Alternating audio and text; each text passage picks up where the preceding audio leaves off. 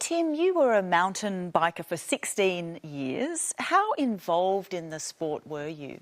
Started out as just a hobby, and then it became a job, then it became my sports, and then it became all my friends. I lived and breathed it. In 2016, you stopped doing what you loved. Why? I was currently racing at the time, and my daughter was 9 months old, and my wife didn't usually come to the races, but this was quite a big event, and I had a big crash and I almost broke my back and my neck, and I just had this big realisation that I couldn't keep going on like that. Like in those years of mountain biking, like I'd broken 20-something bones, and just, you know, chasing the glory, chasing the fun of it, chasing the fame of it all. But I knew that I had to stop for my daughter because I didn't want to be a dad that couldn't be a dad.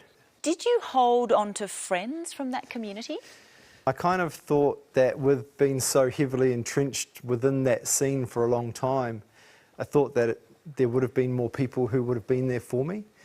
But I left the industry, and the industry just carried on. And I couldn't really expect those people to come chase me, but I kind of thought that through the connections that I had made with people, there would have been a little bit more support. What did that feel like for you? What was that like, to lose those people? I was heavily depressed at the time. I was track building at the time as well, so I was building mountain bike tracks, but I couldn't even ride them, and so that was really hard. And yeah, it was just this really big culmination of events that were sort of unfolding with all of that, and yeah, it was really hard. I was really depressed for a long time. I didn't know what to do with myself. How long did that period last for you? About two and a half years. You got into kayaking at one point. What was that like for you? I really needed connection with people, and so I joined the local club. I became part of a new community of people, and it was great. How long did the kayaking last?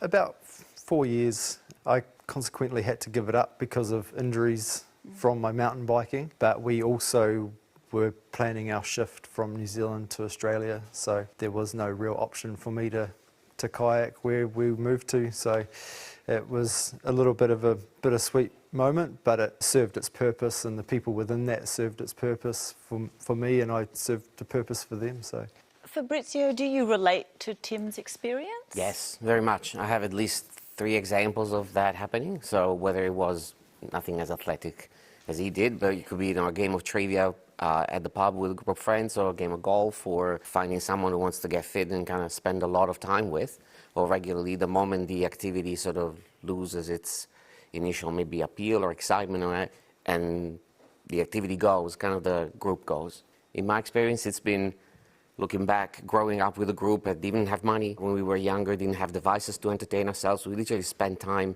doing nothing, just talking to each other. And that's probably, without activities, where we had a chance of building those deeper relationships. Zach, is what Tim and Fabrizio described a common experience?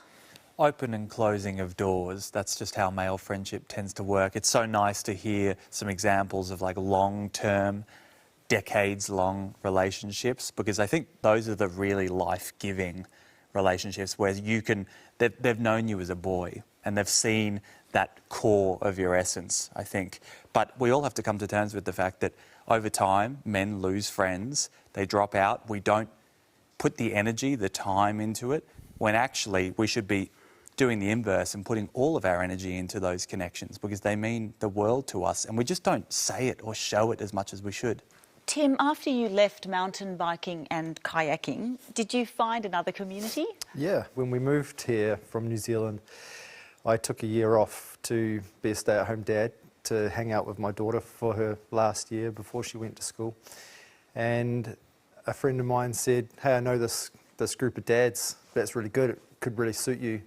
And so I joined this group of dads, and it's been really good, like just connecting with dads. Like we all have the common interest of being a dad, but it's so much broader than that. Was it different making friends through a dad's group rather than sports groups? Totally. It's not just locked on about one thing. Like there's not just this singular common interest. Like we all come from really different walks of life. We've all got different stories, different backgrounds. All of that sort of comes together as this really beautiful thing. We all can offer advice in different ways. We can all help each other in different ways. There's no judgment from what you have been or where you have been to where you are now. You know, surrounding yourself with people who want to be better and do better is a really motivating thing.